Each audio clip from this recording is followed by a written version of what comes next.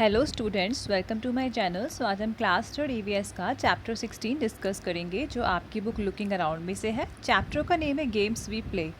सो ये chapter basically games के बारे में, स्पोर्ट्स के बारे में, लाइक आप जो भी गेम्स खेलते हैं डेली बेसिस पर, उन सब के बारे में। सो इसका फर्स्ट क्वेश्चन देखते हैं। Right the names of all the games mentioned in the lesson in the table below. Write which game is indoor and which game is outdoor in the table. So यहाँ पर एक table दिया हुआ है, ये आपको दिख रहे होंगे ब्लैंक्स।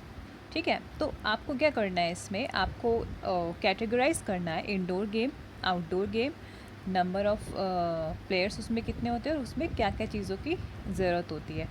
और सबसे पहले आपको नेम ऑफ़ गेम लिखना है जो चैप्टर में से है। ठीक है, चैप्टर में से ही आपको इसका नाम लिखना है, गेम्स वगैरह का। इसके आंसर में सबसे पहले हॉप स्कॉच। ठीक है, जो हॉप स्कॉच होता है वो आउटडोर गेम होती है और इसमें दो या दो से ज़्यादा लोगों की ज़रूरत होती है। और किस चीज़ की ज़रूरत होती है हमें? चॉक की।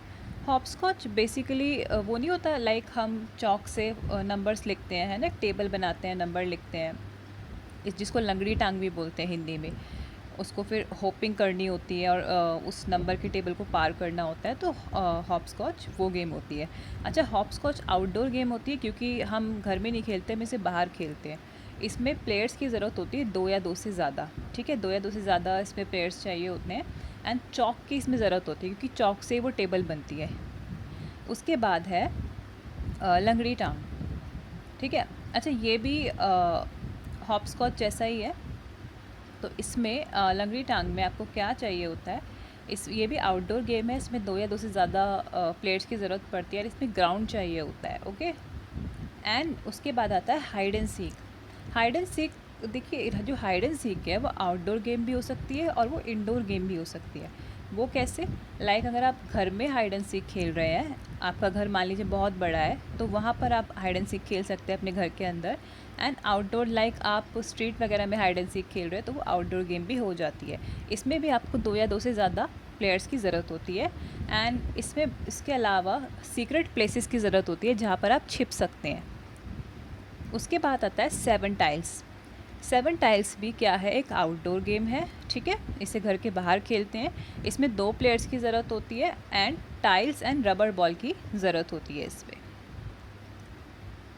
उसके बाद आता है कबड्डी।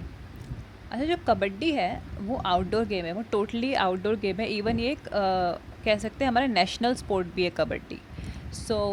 इसमें 14 प्लेयर्स की ज़रूरत होती है दोनों साइड से। लाइक जो दो टीम होगी वो 7-7 के उसमें डिवीज़न हो जाएगा गेम्स प्लेयर्स का। एंड इसके लिए प्लेग्राउंड चाहिए होता है। उसके बाद है मार्बल। मार्बल जिसे हिंदी में कंचे खेलना बोलते हैं, ये भी एक आउटडोर गेम है। इसमें भी दो या दो से ज़्यादा प्लेयर्स की ज़रूरत होती है और इसके लिए हमें चाहिए होते हैं मार्बल, यानी कि कंचे एंड ग्राउंड चाहिए होता है। उसके बाद आती है रेसलिंग। जो रेसलिंग होती है, रेसलिंग को हम कहाँ खेलते हैं? घर से बाहर, आउटडोर गेम है ये। इसमें भी दो या दो से ज़्यादा प्लेयर्स की ज़रूरत होती है और इसके लिए हमें क्या चाहिए होती है? रेसलिंग रिंग चाहिए होती है ताकि सेफ्टी रहे खेलते वक्त। फिर आता है गिल्ली डंडा। गिल्ली डंडे में गिल्ली डंडा भी क्या है, आउटडोर गेम है। इसमें भी दो या दो से ज़्यादा प्लेयर्स की ज़रूरत होती है और इसके लिए हमें डंडा और गिल्ली चाहिए होती है। फिर है फ्लाइंग काइट्स, पतंग उड़ाना। ये भी एक आउटडोर गेम है, सब अपनी घर की छत पर पतंग उड़ाते हैं, पार्क में पतंग उड़ाते हैं। इसमें भी दो या दो से ज़्यादा प्लेयर्स पार्टिसिपेट कर सकते हैं। ठीक है, कंपटीशन करते हैं ना जैसे पतंग उड़ाने का, उस टाइप से। एंड इसमें आपको ज़रूरत होती है काइट्स की एंड थ्रेड की पतंग और धागे की। फिर है चेस। चेस एक इंडोर गेम है। ठीक है, इसे घर के अंदर खेलते हैं। इसमें दो प्लेयर्स की ज़रूरत होती है और इसके लिए हमें क्या चाहिए होती है? चेस किट होती है ना पूरी, जिसमें पूरा बोर्ड होता है एंड चेस के वो होते हैं, पीसीज होते हैं, वो चाहिए होते हैं हमें।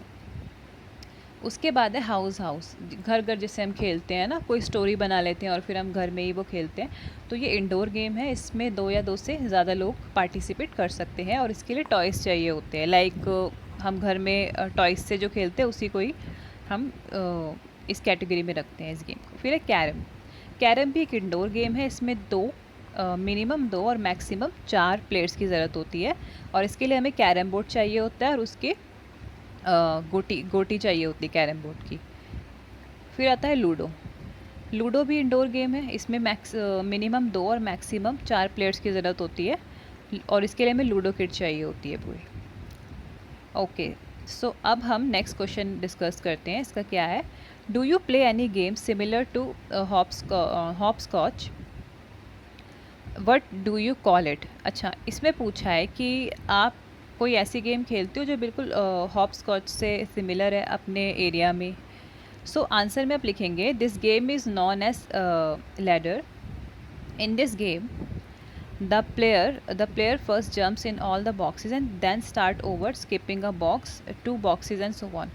So जैसे ये है हॉपस्कॉच है हमारा, इसी की तरह एक गेम होती है जिसे हम लैडर बोलते हैं, ठीक है।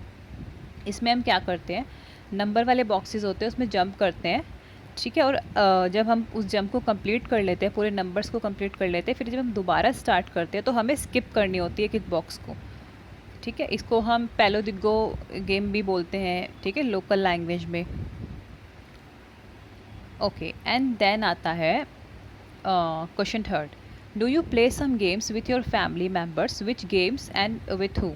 अब इसमें आपसे पूछा है कि क्या आप अपनी फैमिली मेम्बर के साथ कोई गेम खेलते हैं, कौन सी गेम खेलते हैं और किस किस के साथ खेलते हैं। तो इसके आंसर में आप लिखेंगे फैमिली मेम्बर का नाम और फिर जो गेम आप उनके साथ खेलते हैं उसका नाम।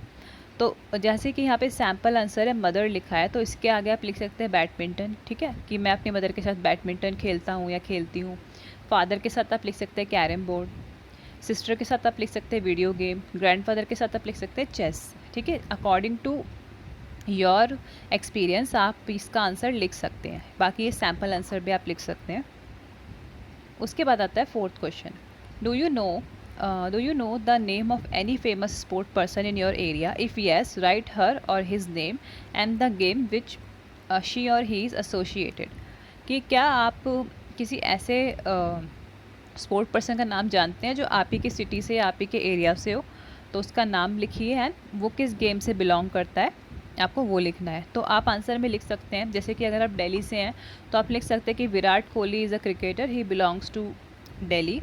और जैसे कि कोई अगर हरियाणा से है तो वो ये लिख सकता है कि गीता फोगाट, वो है रेसलर है, वो है ना, वो कहाँ से बिलोंग करती है, हरियाणा से बिलोंग करती है। या आप अपने एरिया के जो स्पोर्ट पर्सन है, जैसे कि नीरज चोपड़ा है, आप उनका नाम लिख सकते हैं, है ना, जेवेलियन थ्रो के प्लेयर है वो हरियाणा से। अगर आप हरियाणा से बिलोंग करते हो तो आप उनका नाम लिख सकते हैं। आप जिस स्टेट से बिलोंग करते हैं और आपके आसपास कोई फेमस स्पोर्ट पर्सन रहता है उस स्टेट में, तो आप उनका नाम लिख सकते हैं इस आंसर में। जैसे मैंने यहाँ पे विराट कोहली लिखा है, Virat Kohli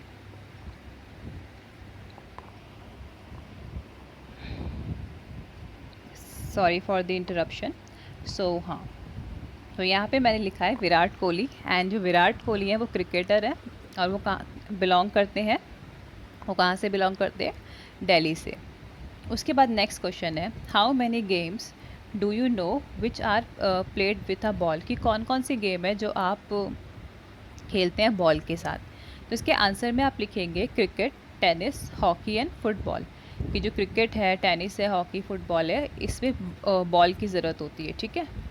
and next question है आपका, have you heard of Sania Mirza, she also plays a ball game, find out which one and right it's name. कि जो सानिया मिर्ज़ा है, ठीक है, वो एक गेम खेलती है जिसमें बॉल की ज़रूरत होती है, तो वो कौन सी गेम खेलती है, ठीक है। इसके आंसर में आप लिखेंगे, yes I have heard about Sania Mirza, Sania Mirza plays lawn tennis. कि जो सानिया मिर्ज़ा है वो क्या खेलती है, वो किसकी प्लेयर है, लॉन टेनिस की।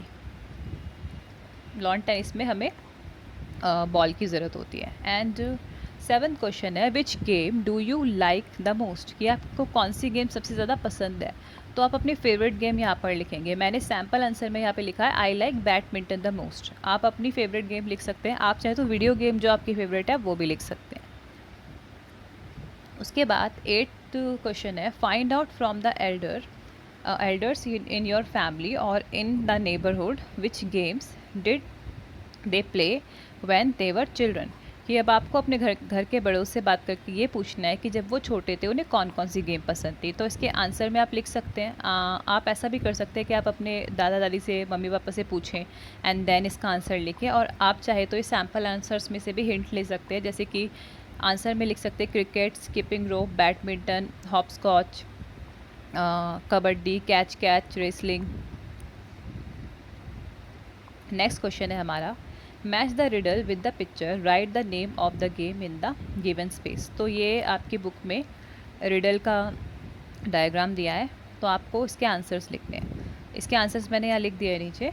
अच्छा, small and coloured are these, पहली रिडल है जो यहाँ पर है, देखिए ये फर्स्ट रिडल है। तो मैंने रिडल को नीचे लिख दिया है, सभी रिडल्स को, और इनके साथ में उनके आंसर्स लिख दिए हैं। आप इन आंसर्स को रिडल के इस डायग्राम में रिडल के आगे लिख सकते हैं। So small and coloured are these glass balls, to win the game you have to aim with them. तो इस रिडल में पूछा है कि छोटी छोटी बॉल होती हैं और जीतने के लिए हमें उस बॉल से ही निशाना लगाना पड़ता है। तो कौन सी गेम होती है ऐसे? कंचे। कंचे में जो छोटे छोटे मार्बल्स होते हैं, हम मार्बल्स को ही मार्बल से निशाना लगाते हैं। उसके बाद it has no wings but it can fly high high up in the sky, कि इसके पंख नहीं होते पर फिर भी ये आसमान में बहुत ही ऊंचा उड़ती है। तो क्या है ऐसी चीज़? काइट, पतंग। ठीक है। फिर है king, queen, ace and jack, 52 of them make a pack, कि इसमें राजा रानी, ठीक है, और काफ़ी सारे लाइक वो होते हैं, पत्ते होते हैं, और टोटल कितने होते हैं? 52। तो अब आपको बताना है, 52 का पैक होता है वो, तो अब आपको बताना है कि वो क्या है। तो ये है प्लेइंग कार्ड। फिर है fours and sixes, if you can get a century sure I can bat, कि अगर आप अच्छा, किस गेम में हमें 4 एंड 6 लगाने होते हैं, है ना? चौका छक्का हम किस गेम में मारते हैं? क्रिकेट में। तो इसका आंसर है क्रिकेट। फिर है if you land on a snake do not frown, in this game you go up and down, कि ये एक ऐसी गेम है जिसमें आपको अगर सांप काट ले तो गुस्सा नहीं करना, क्योंकि इस गेम में ऊपर नीचे हम करते रहते हैं। तो ऐसी कौन सी गेम है जिसमें हमें सांप काटता है, नीचे जाते हैं, सीढ़ी मिलती है, ऊपर जाते हैं? तो ये है स्नेक एंड लैडर। ठीक है, सांप सीढ़ी। उसके बाद है on the board are square black and white, there is the king, queen and the knight. तो ये एक ऐसी गेम है जिसमें एक बोर्ड होता है जिसमें राजा रानी और क्या होते हैं? राजा रानी और उसके जो भी वो होती है गैंग टाइप होती है, उस वो पूरे का पूरा उस बोर्ड पर होता है। तो वो क्या है? चेस। ठीक है, चेस में होता है ना सिपाही, राजा रानी, घोड़ा, ऊँट, ये सब। उसके बाद लास्ट क्वेश्चन है आपका, besides playing what else do you do, कि खेलने के अलावा आप और क्या क्या एक्टिविटीज़ करते हैं? रिक्रिएशन की एक्टिविटीज़ जो भी आप करते हैं इसमें आप लिख सकते हैं वो। जैसे कि मैंने सैम्पल आंसर में लिखी है, besides playing I read, right and make paintings, कि मैं खेलने के अलावा लिखता हूँ, पढ़ता हूँ, या लिखती हूँ, पढ़ती हूँ, और पेंटिंग्स बनाता हूँ या बनाती हूँ। आप चाहे तो अपनी मर्ज़ी से जो भी खेलने के अलावा प्री क्रिएशन की एक्टिविटी करते हैं वो आप लिख सकते हैं यहाँ पे। ठीक है। सो इसी के साथ स्टूडेंट्स आपके इस चैप्टर के क्वेश्चन आंसर फिनिश होते हैं। आई होप आपको समझ आए होंगे, एंड आप चाहें तो इन्हें अपनी नोटबुक में या बुक में नोट डाउन कर सकते हैं। एंड अगर आपको वीडियो इन्फॉर्मेटिव लगे तो आप इसे अपने फ्रेंड्स के साथ शेयर कीजिए, एंड ऐसी और वीडियोस के लिए आप मेरे चैनल को सब्सक्राइब कीजिए एंड बेल आइकन को प्रेस कीजिए, ताकि आपको न्यू वीडियो की नोटिफिकेशन मिल जाए। एंड मैं आपसे मिलती हूँ नेक्स्ट वीडियो में। जब तक के लिए बाय बाय।